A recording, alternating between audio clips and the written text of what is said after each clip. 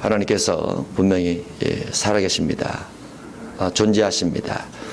우리가 교회를 다니는 것은 살아계신 하나님을 섬기지요. 하나님이 살아계시다는 것은 내 삶 속에 하나님의 살아계심을 체험하는 것과 같다라고 볼 수 있습니다. 우리가 몸으로 많은 사람을 부딪히면서 대화를 하고 얼굴을 만지고 또 악수를 하고 또 가정에서 함께 식탁에 앉아 지냅니다. 하나님의 존재성도 이와 똑같습니다. 어쩌면 훨씬 더 정확하시고 훨씬 더 확실하시고 육신의 눈으로 보이는 하나님보다도 사람보다도 확실한 존재성이 있다라고 볼 수 있습니다. 다만 그것을 우리가 직접 체험하지 못해서 성경 속의 하나님, 그 다음에 목사님의 체험한 하나님 이렇게만 인식될 수 있지만 여러분 삶 속에 있는 하나님도 틀림없이 있다 라고 볼 수 있습니다. 만약 하나님께서 성경 속의 하나님으로 지식으로만 우리 머릿속에 들어가 있다면 우리가 믿는 하나님은 지식의 하나님이지 살아있는 하나님은 아닐 수 있습니다. 지식의 하나님, 한 주간 주님께서 제 마음속에 그런 말씀을 주셨습니다. 하나님을 지식으로만 알고 있는 사람이 너무나 많다. 지식으로만 성경 몇 구절 안다고 그것이 하나님에 대해서 다 아는 것처럼 하나님을 섬기고 있는 자들이 너무나 많다. 그리고 그렇게 교회 다니는 사람도 너무나 많다. 그래서 하나님의 실제성에 대해서 말을 하거나 하나님의 존재, 천사의 존재, 귀신의 존재, 어떤 체험적인 것들을 말을 하면 그것은 신비주의로 치부해버리고 믿지 않는 사람들이 정말 많단다. 교회 속에서도 네가 깨우쳐야 된다. 그렇게 제가 받은 거 그렇습니다. 하나님의 실제성은 확실합니다. 오히려 하나님을 믿지 않고 우상을 숭배하는 사람들은 돌과 나무로 깎아맞는 것을 당해서 기도를 많이 하죠. 그들 나름대로도 그들 속에서 많은 체험을 합니다. 꿈을 꾼다든가 현실적으로 뭔가 이적을 많이 나타내 보고 있지요. 그들도 기도해서 물질의 복을 받기도 하고 정치적 권력을 얻기도 하고 많이 그렇습니다. 선거 때가 되면 많이 찾아가죠. 무당도 많이 찾아가요. 그런데 하나님은 그보다 훨씬 더 정확하시고 훨씬 더 능력 있으시고 훨씬 더 무한하신 분이다라고 볼 수 있습니다. 하나님은 실제로 살아계시고 그 살아계신 하나님을 우리 삶 속에 체험할 수 있도록 많이 믿으시기 바랍니다. 그래야만 신앙입니다. 기독교 신앙이라고 볼 수 있습니다. 본문 속에는 예수님의 부활과 승천과 전임에 대한 부분이 기록되어 있습니다. 우리가 사도행전 강의를 하고 성경 전체를 어디를 강의해도 그 강의 속에는 다 이적과 기적이 들어있어요. 신비성이 다 들어있습니다. 신비를 빼면 창세기 1장 1절부터 계시록 22장까지 아무것도 성경을 볼 수가 없습니다. 태초 하나님이 천지를 창조하시니라. 진화론하고 창조론하고 두 개가 대비되어 있죠. 학생들 공부 속에 두 개가 들어가 있습니다. 이제 창조론을 집어넣기 위해서 부단히 기독교에 노력하고 있죠. 진화론이 맞느냐, 창조론이 맞느냐? 과학적 가설로는 진화론이 맞다고 합니다. 성경적으로는 창조론이 맞다고 합니다. 신비입니다. 왜냐하면 과학적 검증으로 안 되기 때문에, 사람의 이성과 사고로 안 되기 때문에 창조론은 신비죠. 그거를 믿는 거죠. 하나님께서 만들었다 믿어주는 겁니다. 어떠한 과정을 거쳐서 만들었느냐? 과정이 있겠죠. 하나님의 관점에서 있을 겁니다. 있지만은 과학적으로 증명이 안 되죠. 그래서 창조예요. 그러고 있어요. 그걸 믿고 있는 거죠. 마태복음 1장 1절 넘어가면 아브라함과 다윗 자손 예수 그리스도 세계라 해서 누가 누구를 낳고 누가 누구를 쭉 되어 있습니다. 근데 누가 누구를 낳았다는 그 과정 속에 사람의 수명이 200살 가까이, 아브라함이 175세 죽습니다. 지금 과학으로 안 됩니다. 신비죠. 계시록에 가면 예수님께서 불꽃 같은 눈을 가지고 계신다고 합니다. 신비입니다. 안 믿어집니다. 계시록 14장 예수님께서 구름 타고 오신다고 되어 있습니다. 안 믿어집니다. 안 믿어지죠. 성경 전체는 다 신비로 되어 있어요. 예수님께서 무리를 걷습니다. 어떻게 걷습니까? 못 걷습니다. 신비입니다. 오병이어가지고 5,000명 먹고 광주리가 남았더라. 12광주 남았더라. 신비입니다. 안 믿어집니다. 신비를 빼면 예수님을 만날 수가 없어요. 신앙을 가질 수가 없습니다. 그러면 예수님 시대만 그와 같은 것이 있었고 엘리사 시대만 그와 같은 것이 있었느냐? 똑같습니다. 오늘날 시대도 똑같이 있습니다. 다만 성경을 기록할 만큼은 없죠. 성경을 다시 기록하고 추가하고 뺄 만한 것들은 없지만은 구약시대의 성령이나 신약시대 예수님 자신의 성령이나 사도들의 성령이나 오늘날 성령이나 성령은 똑같아요. 성령은 시간의 흐름에 따라서 세대의 변화에 따라서 전혀 변하지 않습니다. 그분 자체가 하나님이시기 때문에. 근데 그 하나님께서 우리 안에 계십니다. 여러분 안에 계십니다. 그리고 여러분을 통해서 신앙을 고백하게 하시죠. 예수님께서 하나님의 아들이라고. 하나님의 존재성도 안 믿어지고 하나님의 아들의 존재성도 안 믿어지죠. 안 믿어지는데 성령이 들어오시면 믿어집니다. 성령이 계시면 믿어집니다. 하나님에 대해서 비판하고 비난하고 비방하고 다닐 수 있지만은 성령이 계시면 그것이 회개되어집니다. 성령이 안 계시면 회개가 안 되어집니다. 하나님은 분명히 계시죠. 눈에 보이지 않지만 계셔요. 예. 그러면 여기 본문에서 보면은 예수님께서 성천하셨다. 안 믿어집니다. 예수님께서 다시 오신다고 하셨다. 안 믿어집니다. 그렇지만 성경은 성경 전체가 다 그와 같은 모습이 있기 때문에 믿는 믿음의 사람들은 어떻게 보면 다 신비주의하고 다 허구만 추구하고 있다고 볼 수 있지만 사실은 육을 가진 사람이 허구를 추구하고 있는 겁니다. 사실은 잘 생각해 보면 수십 년 동안 정치를 하든 수십 년 동안 경제를 해서 많은 물질을 쌓아놓는 것을 가져갑니까? 못 가져갑니까? 못 가져가죠. 무엇을 위해 쌓았을까요? 죽음을 위해 쌓은 겁니다. 하나도 가져가지 못한 것을 죽음을 위해 쌓은 거예요. 정치 권력도 마찬가지죠. 다 잡습니다. 놀 때가 있지요. 권력을 잡았을 때 주변 사람의 주변에서 구름같이 모여듭니다. 권력을 놓으면 다 흩어집니다. 무엇을 위해 잡았을까요? 허구입니다. 허상입니다. 일순간의 명예를 위해서, 일순간의 물질의 복을 위해서 살아가는 거죠. 허상을 추구하는 거예요. 근데 그 사람도 운명하게 되죠. 운명하게 돼요. 운명 후에는 흙으로 다 돌아갑니까? 예, 흙으로 돌아가죠. 육이 흙으로 돌아갑니다. 그러면 그 사람의 마음도 돌아갑니까? 안 돌아갑니다. 영혼도 돌아갑니까? 안 돌아갑니다. 영혼은 주님 앞에 서게 되어 있습니다. 하나님의 존재는 분명히 있죠. 내가 체험하지 않을지라도 성경 속에 있는 부분들이 우리 삶 속에 그대로 있어요. 하나님을 꼭 신뢰하시기 바랍니다. 내 눈으로 안 봤을지라도, 내가 체험이 안 됐을지라도 꼭 주님을 살아계심을 믿으시기 바랍니다. 그리고 그 하나님을 여러분 삶 속에 체험하게 해달라고 꼭 기도하시기 바랍니다. 하나씩 하나씩 체험하다 보면 주님의 살아계심이 확실하고 그 살아계심 가운데 믿음이 성장이 돼요. 믿음이 자꾸 커요. 믿음이 커질수록 하나님의 존재성을 더 명확하게 우리 마음 가운데 와닿게 되고 믿음이 커질수록 기도하게 됩니다. 기도하게 돼요. 인간적 지식과 지혜는 세월이 흘러가면서 변화가 됩니다. 사람이 왜 화장품을 발라야 된다고 그랬죠? 나이가 들면서 자꾸 겉껍질이 죽어요. 속껍질도 죽습니다. 그래서 몸에서 비늘 같은 건 떨어져요. 믿음도 떨어지고 때도 자꾸 만들어지고. 사람은 태어나면서부터 죽음을 연습합니다. 몸이 썩어요. 병들어요. 껍질이 벗겨져요. 각질이 벗겨져요. 그래서 향수를 발라서 냄새나지 않게 포장을 하는 거죠. 그러죠? 나이 들수록 마찬가지입니다. 누구든지 예외가 아니에요. 다 젊은 사람은 젊은 사람 냄새 납니까? 아닙니다. 밥 먹고 양치질 안 하면 금방 냄새 나요. 그렇죠? 아침에 자고 일어나면 입에서도 냄새 나요. 사람은 누구나 다 마찬가지예요. 그런데 영혼은 그렇지 않습니다. 영혼과 생각과 마음과 정신, 이와 같은 것들은 몸 안에 깃들어서 늘 새로워질 수 있어요. 늘 달라지고 변화될 수 있어요. 그 가운데 성령이 그 마음과 영혼, 정신을 깨끗하게 만들 수 있도록 우리 마음속에 생각을 넣어줍니다. 깨끗하게 살아라, 거룩하게 살아라, 진실되게 살아라, 이렇게.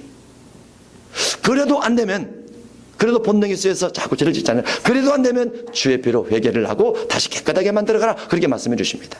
예, 그게 사람이 사는 삶이에요. 예, 영적인 세계가 분명히 있고 육적인 세계 속에서 그와 같은 것들 다 체험하면서 갈 수 있다고 볼 수 있습니다. 주님께서 죽은 지 사흘 만에 부활하셨습니다. 부활했어요. 완벽하게 죽은 자가 완벽하게 살아났어요. 피를 다 쏟고 물을 다 쏟아서 죽었는데 살아났어요. 예, 살아났어요. 그거 믿으셔야 돼요. 죽음 다음에 부활이 있다는 거. 만약에 예수님께서 죽음 다음에 부활이 없었다면 우리가 믿는 종교는 다 거짓된 겁니다. 잘못 믿고 있는 거예요. 죽은 신을 믿고 있는 거예요. 죽은 사람 믿고 있는 거예요. 그런데 부활하셨다는 것을 제자들이 믿고 보았고 눈으로 확인했고 손으로 만져 확인했고 같이 앉아서 음식을 먹었고 같이 앉아서 생선을 먹었어요. 그 확인된 것들을 예수님의 제자들이 성령 받아서 전달하기 시작했어요. 사실이라고. 안 믿는 거죠. 사람들이 안 믿는 거죠. 그런데 예수님의 제자에 전달하면서 예수님께서 약속하신 성령을 받고 받은 성령을 통해서 기도를 하니까 병든 자가 낫고 예수님께서 약속하신 약속의 성취가 하나씩 이루어지는 것들을 간증하면서 야 사실이구나 라고 믿게 되고 그러면서 복음이 전파돼서 오늘까지 우리에게 오게 된 겁니다. 그 예수님의 제자들에게 임했던 성령이나 우리에게 임하는 성령이나 똑같습니다. 여러분도 똑같습니다. 여러분 속에 임한 성령이 똑같아요. 여러분의 안에 계신 성령이 여러분 통해서 여러 가지 이적과 기적을 행할 수 있습니다. 뭘 통해서 하느냐? 믿음을 통해서 합니다. 믿느냐? 이렇게 될 줄 믿느냐? 여러분의 미래가 이렇게 될 줄 믿느냐? 아무런 꿈이 없는 사람은 성령의 일을 못 하십니다. 꿈을 가지고 있으면 성령이 그 사람 믿음 따라 기도 따라 능력 따라 일을 하십니다. 어떠한 형편에 있을지라도 일을 하십니다. 믿음을 가지시기 바랍니다. 꿈을 가지시기 바랍니다. 그림을 자꾸 그리시기 바랍니다. 아플지라도 건강케 되는 것을 믿음으로 바라보시기 바랍니다. 우리가 통증이 있을지라도 뭐 할 때는 안 아프다고 그랬죠? 예, 어디가 허리가 아파도 텔레비 보면 안 아파. 텔레비 속에 생각을 집중하니까 안 아파요. 마찬가지로 믿음을 가지고 있고 성령께서 역사하시면 아픈 부분도 안 아플 수 있어요. 안 아플 것처럼 생각해 보세요. 나은 것처럼 생각해 보세요. 믿음으로 자꾸 미래를 그려보세요. 직장도 믿음으로 그려보세요. 배우자도 믿음으로 그려보세요. 사업도 믿음으로 그려보세요. 물질도 믿음으로 그려보세요. 그리고 성령을 힘입어서 기도하세요. 하나님 이렇게 되게 해주세요. 이렇게 되게 해주세요. 그럼 하나님께서 우리 마음속에 감동을 주시고 환경을 자꾸 변화시켜 주시면서 만들어 가십니다. 만들어 가세요. 신앙은 다 신비입니다. 신앙은 다 기적입니다. 예수님께서 죽으셨고 분명히 죽으셨고 확실하게 죽으셨고 죽음을 확인하기 위해서 창으로 찔러버렸어요. 물가피가 다 쏟아져 내렸어요. 그런데도 3일 만에 부활하셨어요. 부활하시고 40일 동안 계셨다가 하늘로 올라가십니다. 사람인데 분명히 육체적 부활을 했는데 하늘로 올라갔어요. 어떻게 올라갈까요? 부활체이기 때문에 그렇습니다. 부활체이기 때문에 우리는 스스로 못 올라갑니다. 비행기 타야 됩니다. 날아가는 거 뭔가 타야 됩니다. 발에 로켓을 달아야 됩니다. 뭔가 타야 돼요. 그런데 예수님은 그냥 올라가십니다. 왜 올라갈까요? 그가 부활되시기 때문에 그렇습니다. 부활체입니다. 사람이 죽으면 영혼이 어떻게 되는가 이것도 신비하죠. 그런데 예수님께서 구름 타고 오셔서 부활된 사람이 구름 위에서 어떻게 살아가는가 이것도 신비입니다. 그냥 생각하면 이해가 안 가죠. 우리가 구름 위로 올라간다. 구름이 가벼워서 빠지면 어떻습니까? 구름이 뭉게구름이라 밑이 평평하거나 콩쿠르트 되거나 그러지 못하죠. 올라갔는데 빠져버리면 어떻게 합니까? 구름 위로 속에 인구가 올라가서 구름이 젖어서 빠지면 어떻게 합니까? 걱정할 거 없습니다. 안 빠집니다. 구름보다 가볍습니다. 훨씬 더 가볍습니다. 두 발 딛고 다니지 않습니다. 마음으로 다닙니다.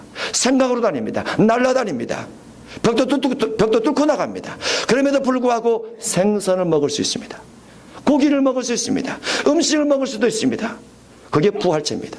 신기하죠? 성경은 다 신비해요. 본래가 그래요. 본래가 그 보이지 않는 하나님을 보이는 하나님처럼 믿고 살아가는 겁니다. 전능하시지만 내가 체험하지 않았지만 전능하신 하나님을 믿고 살아가는 겁니다. 그리고 그분께 기도하는 거죠. 그분께서 내게 응답 달라고 하나님께서 일을 내가십니다. 9절에 보면 이 말씀을 마치시고 그들이 보는데 올려져 가시니 구름이 그들을 가리어 보이지 않게 하더라. 올려져 가시니 야 부활체는 날아가는구나. 부활체는 다른 어떤 작용이 없어도 스스로 옮겨져 가고 올려져 가고 내려오기도 하고 그러는구나. 장소 이동이 가능하고 보이는 세계 보이는 세계 모든 물질적 벽을 그냥 투과를 해서 그냥 다니는구나. 예, 부활체입니다. 천년왕국에 우리가 그렇게 살 겁니다. 천년왕국에서. 천년왕국은 몇 년이죠? 1000년입니다. 지긋지긋하게 100년 살아도 힘들게 살죠. 50년 살아도 찌긋찌긋하게 힘들게 살죠. 나를 다 누군가 괴롭히죠.